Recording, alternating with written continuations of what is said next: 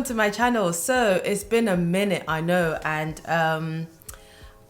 I don't have a proper excuse, but I know that life has happened and has been happening. So I don't know how these guys do it when they put out videos like every week, but I hope to get there. But right now, this is us. So I'm sure you're wondering what this is.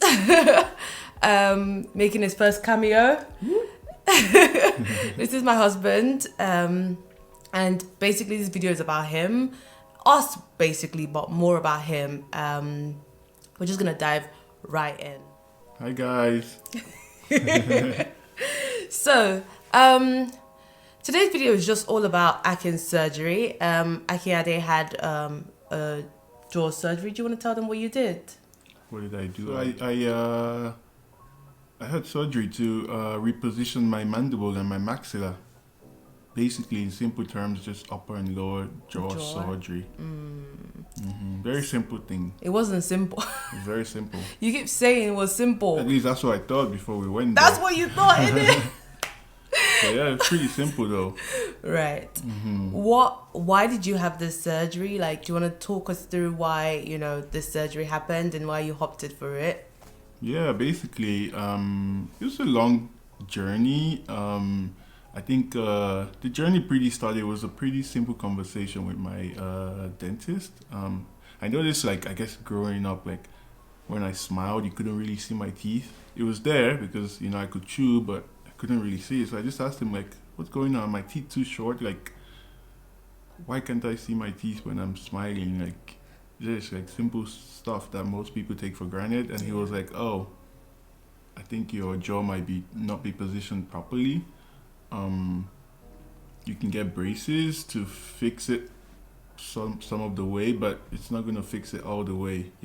Braces can move your jaw into place and your teeth into place, but you might need the surgery to finish the work. So I was like, okay. So this was 3 years ago. So I started my braces journey, and braces actually started to work.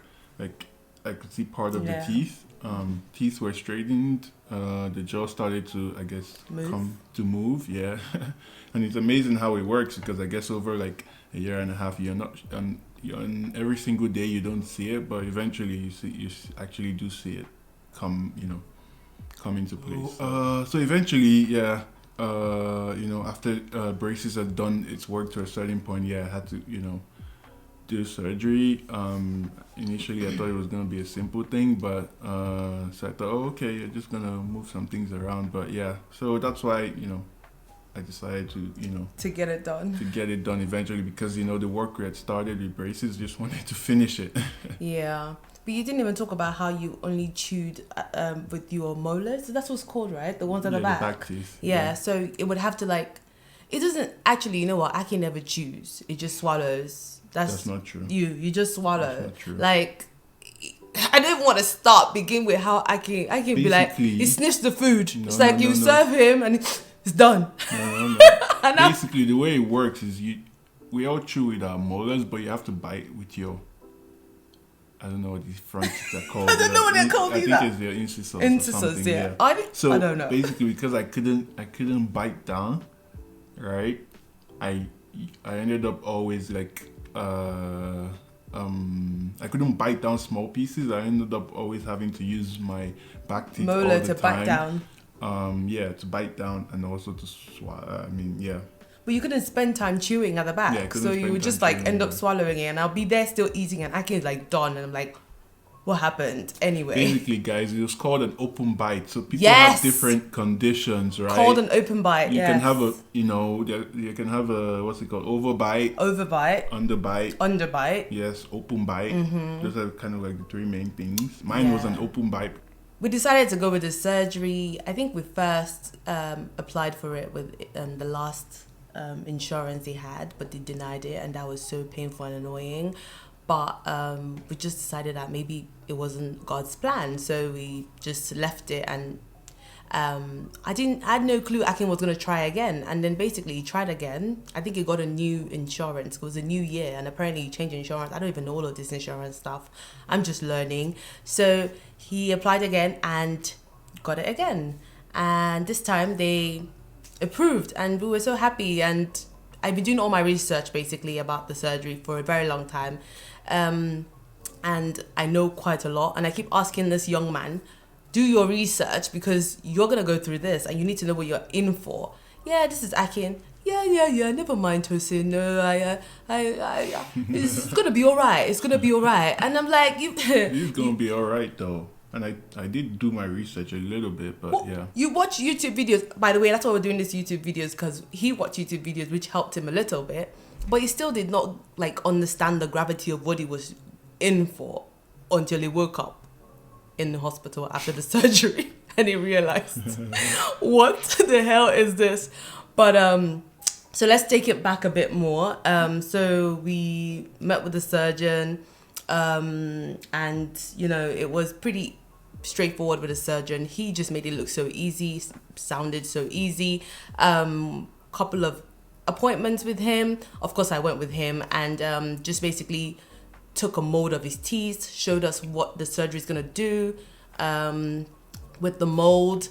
We did some x-rays, which I'll show you pictures of the x-ray, before and after, of course. I think we've covered all the reasons why you had to do the surgery, right? It's basically, yeah. The first thing, I think I started having jaw pains. Like, oh, yes. Intermittently. Not every day, but sometimes, you know, it just came and it felt like my jaw was locking, or I don't even know what.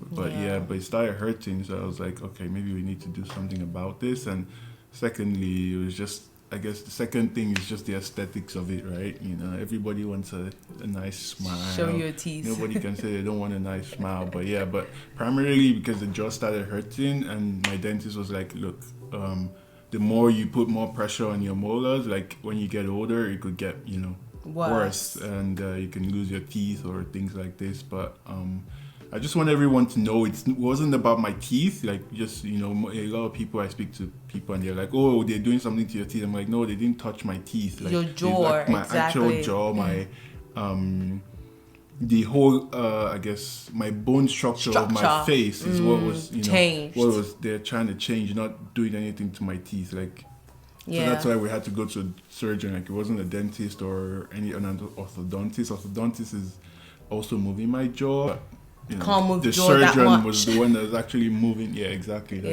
Actually moving my jaw. So I forgot one more thing to be able to use.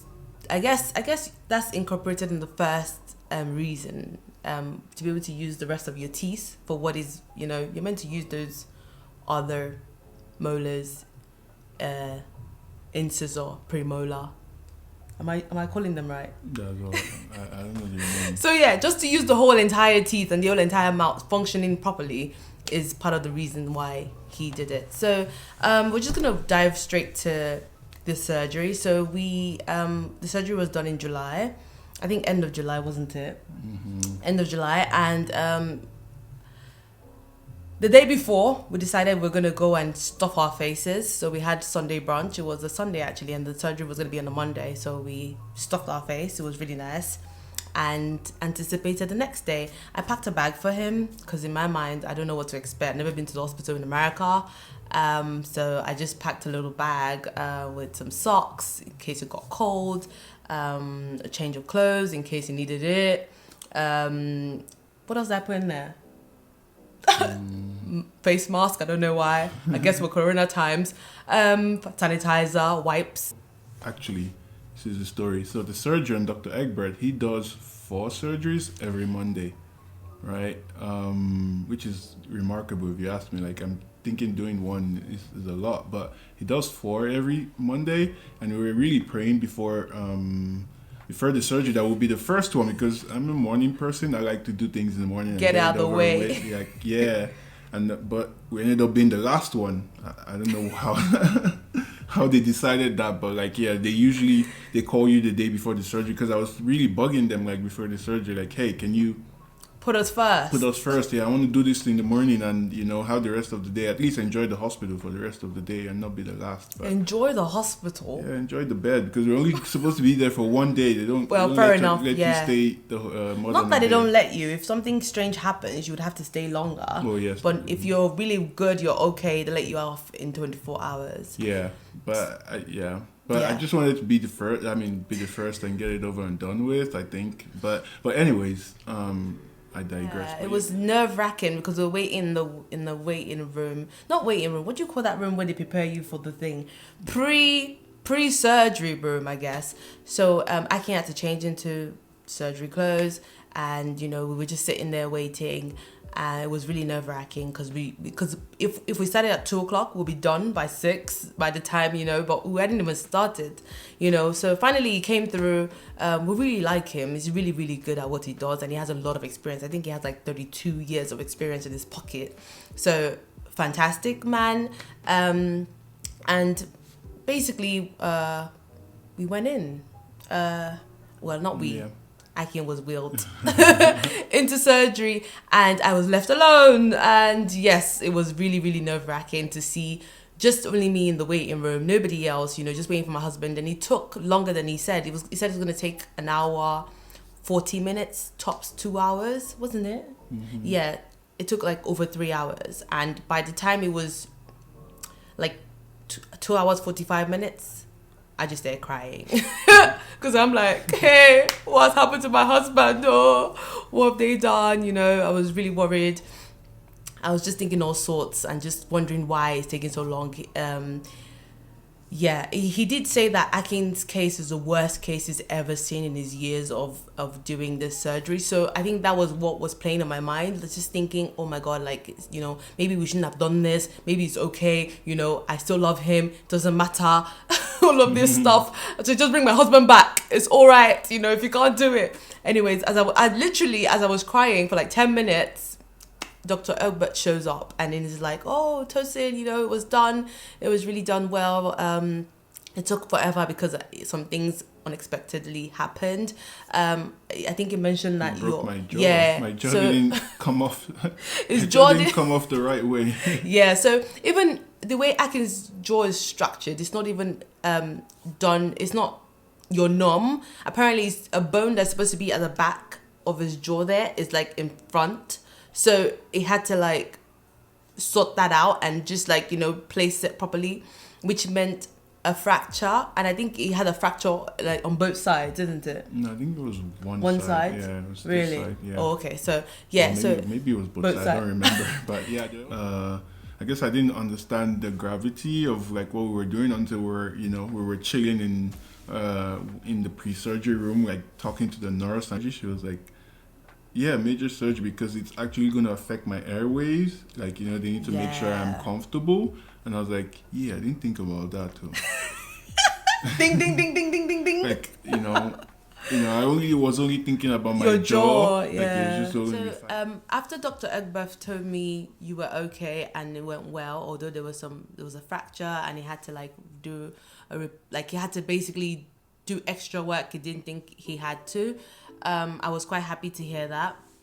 He said you were bleeding, but you didn't bleed that much. So I was happy to hear that. Next thing I know, the nurse came to me and said, oh, I can go and wait in the recovery room, but he's not there yet. It'll be there soon. So I go upstairs and I'm waiting and waiting. Even me, myself, even after all of my research, feeling like I know what's going on, almost like I'm the surgeon.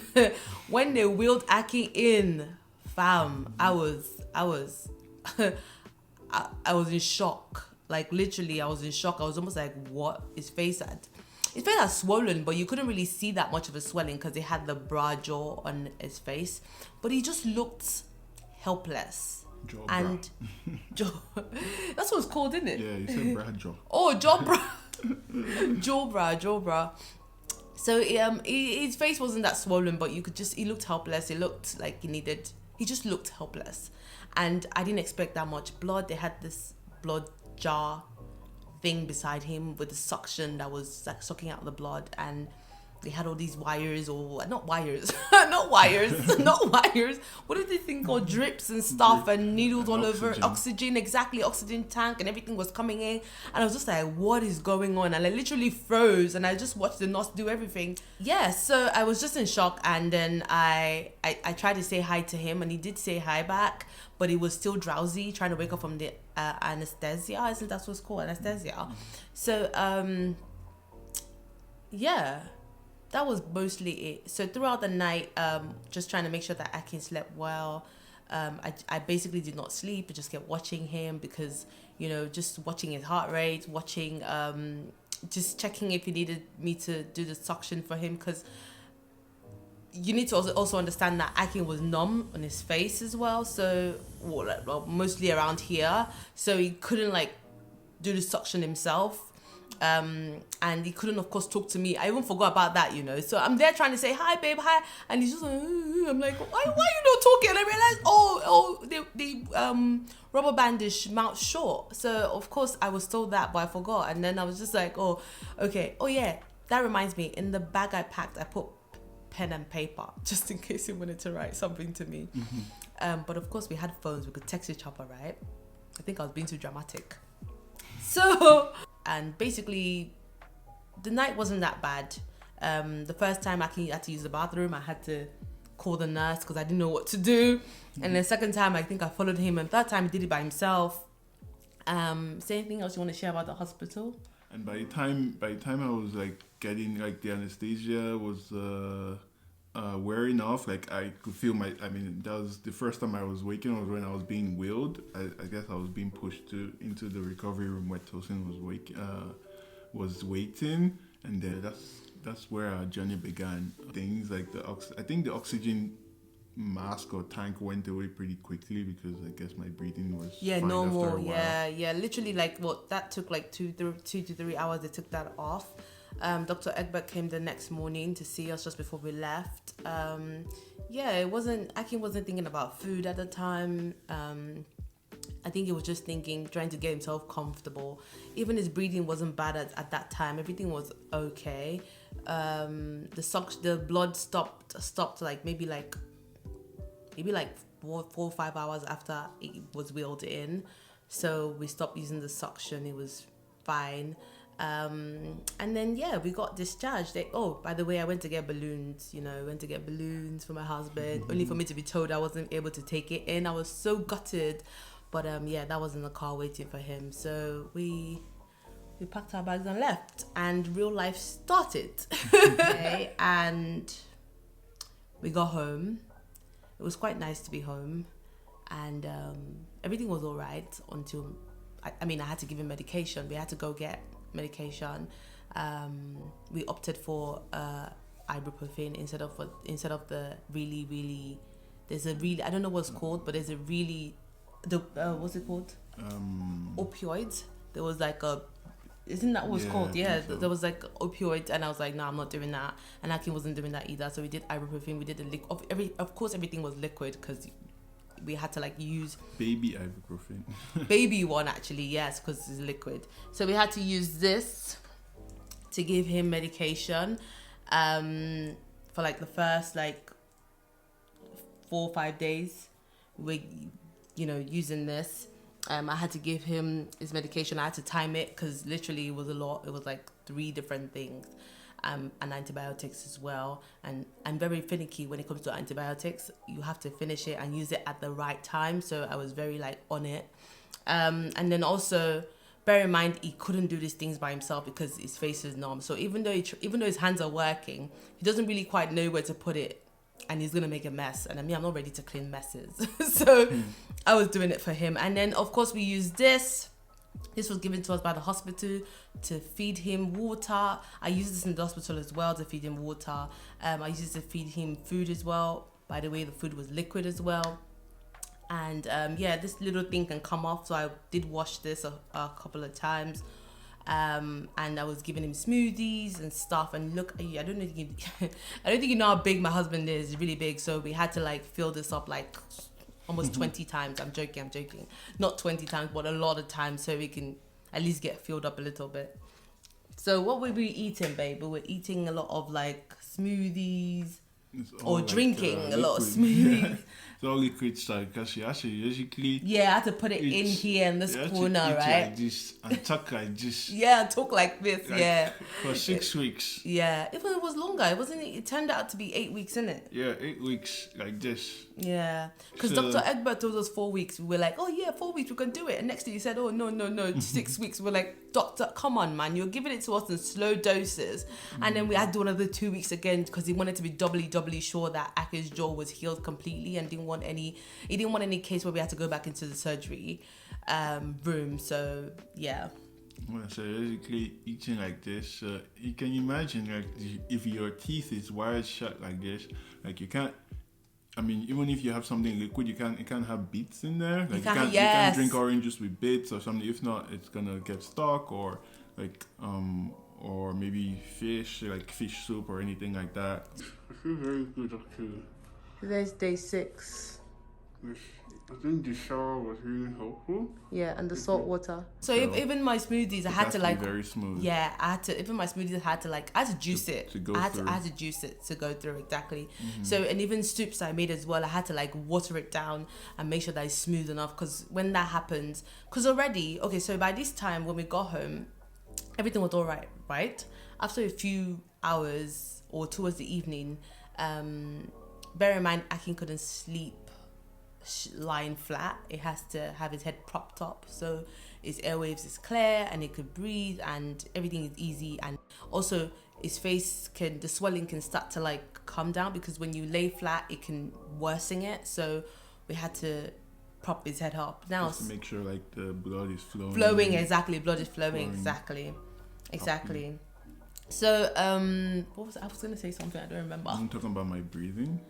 So going back to me watering down everything, it's because if Akin has any bits stuck in his teeth or blocking the little space it has when the mouth is short or when the teeth is short, it will literally start to cause him, like, it wouldn't be able to breathe. So by this time, he also had, like, he wasn't breathing so easily with his nose by the time we got home as well, towards the evening. So I had to make sure that all the juices were free flowing. So the little space he has left in his mouth, he could use to like breathe in and out through his mouth, even though there wasn't that much space because it was really rubber band shut.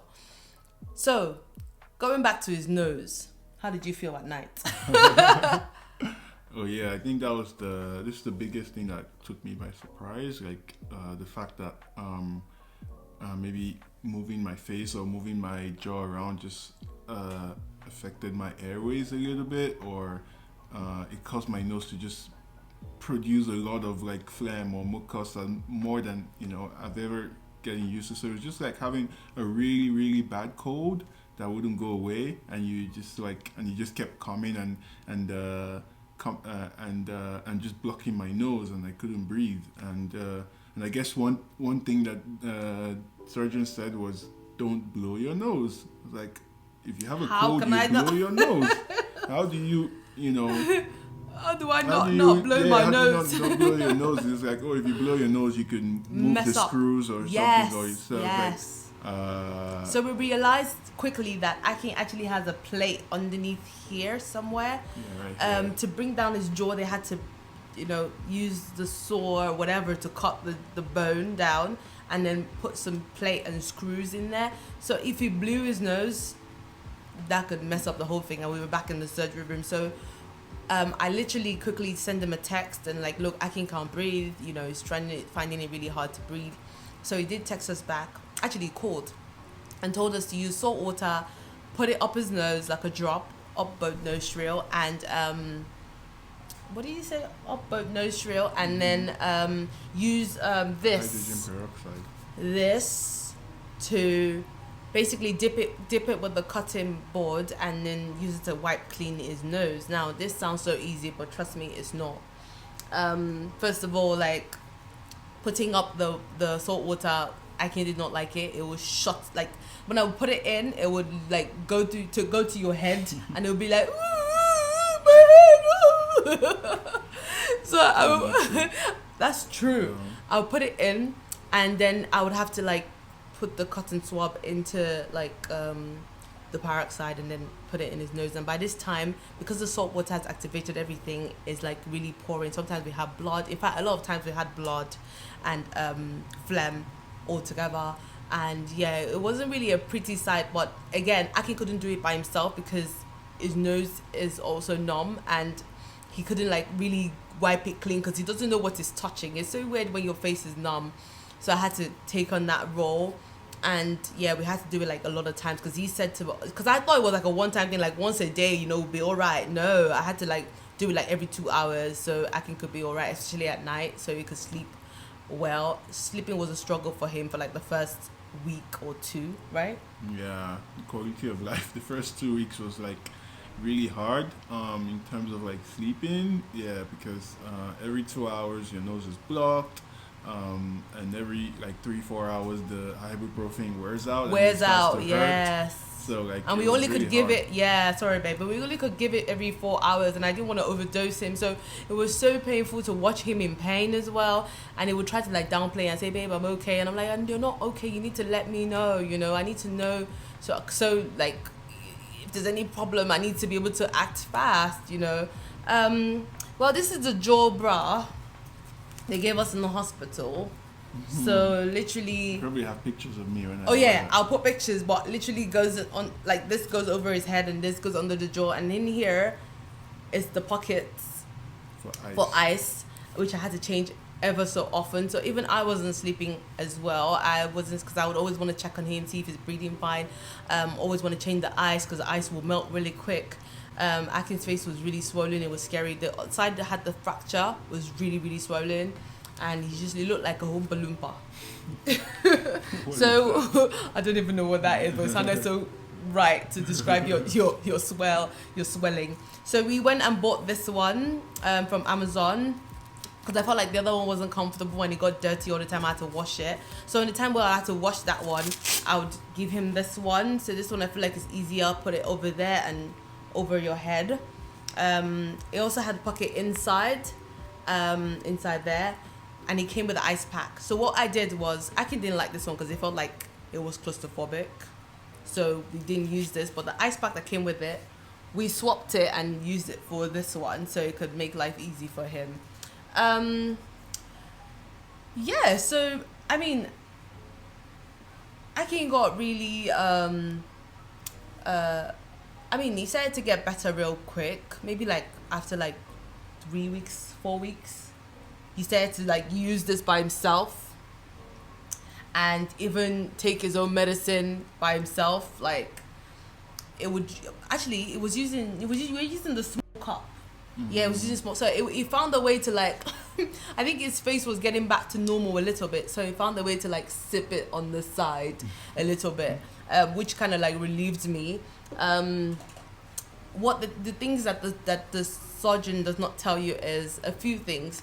The caregiver. I was a caregiver. I had to jump right into action, and it really, really, really took a toll on me and on him, because we didn't quite understand how to communicate, during that time, and it was really painful. I found myself crying sometimes, not because he did anything wrong, but because I wanted to be there for him, but he wasn't really allowing me, and I don't think he knew that he wasn't allowing me either. I think he just wanted to be better as well.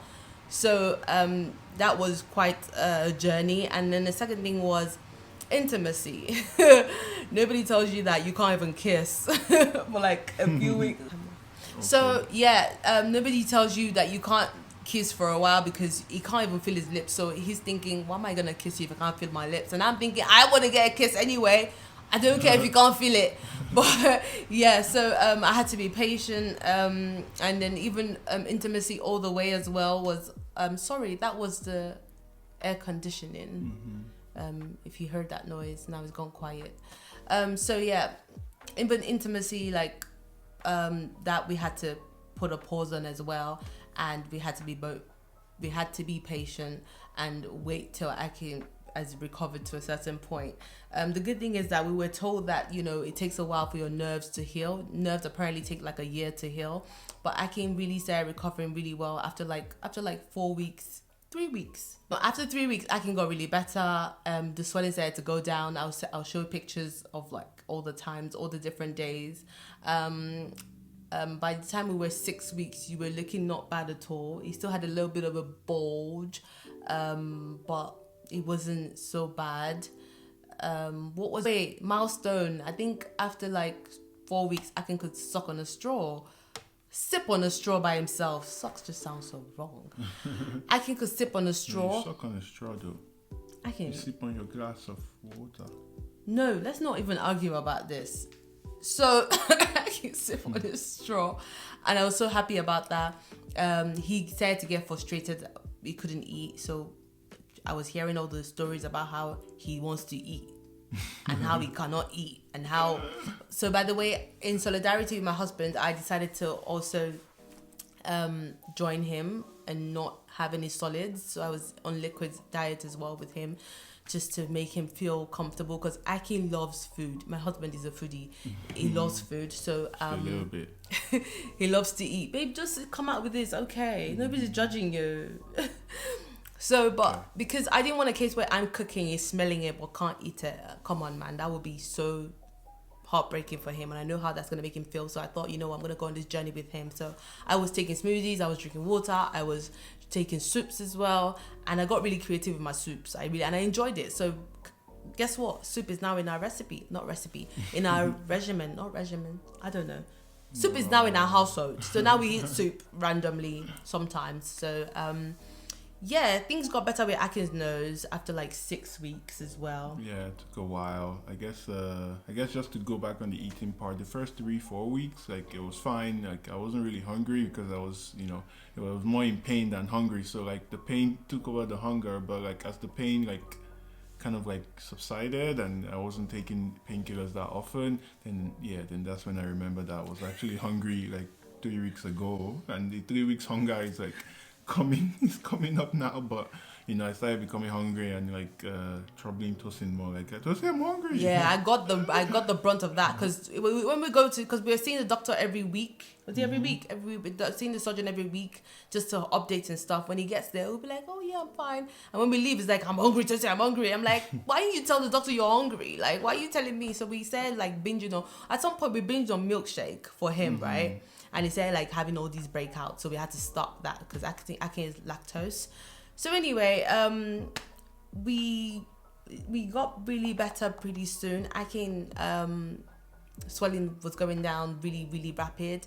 He started to feel a little bit here, but he has like you can see right now that everything is like back to normal really. The only thing is he has like some parts here you can't really feel anything yet, isn't it, babe? Can I pinch you? Yeah.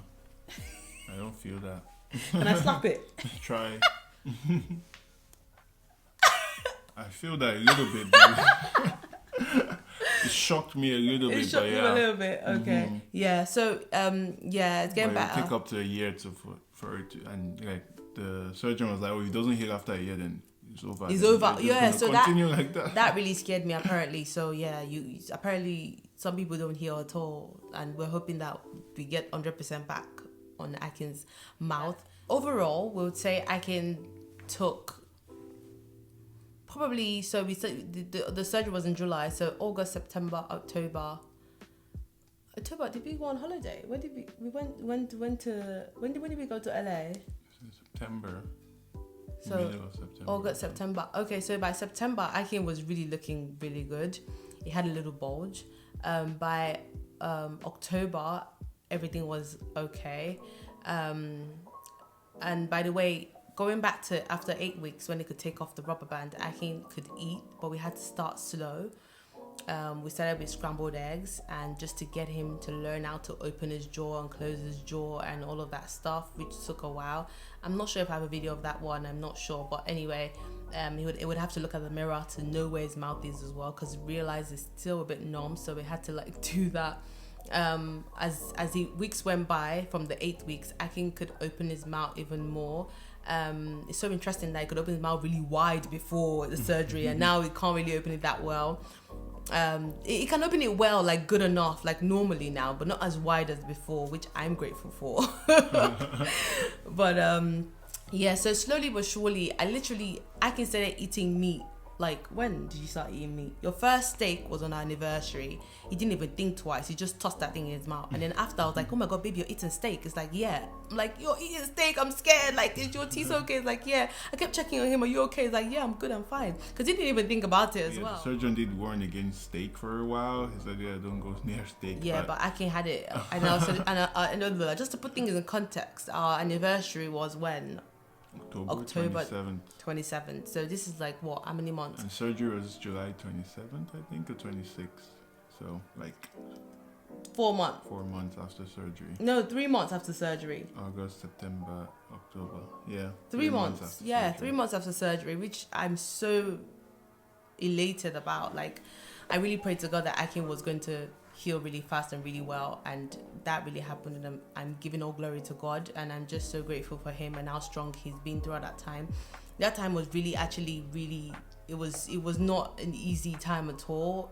We look back now and it's so easy for us to say, oh yeah we did it. I think I mean, just to recap, like, you know, for me, I guess going into the surgery, I mean, just because there are other things happening, like, you know, obviously surgery is right now, I know obviously it's a, you know, it's a big thing in your life. Like, if you go through surgery to fix something, you know, functional in your body or even aesthetics, you know,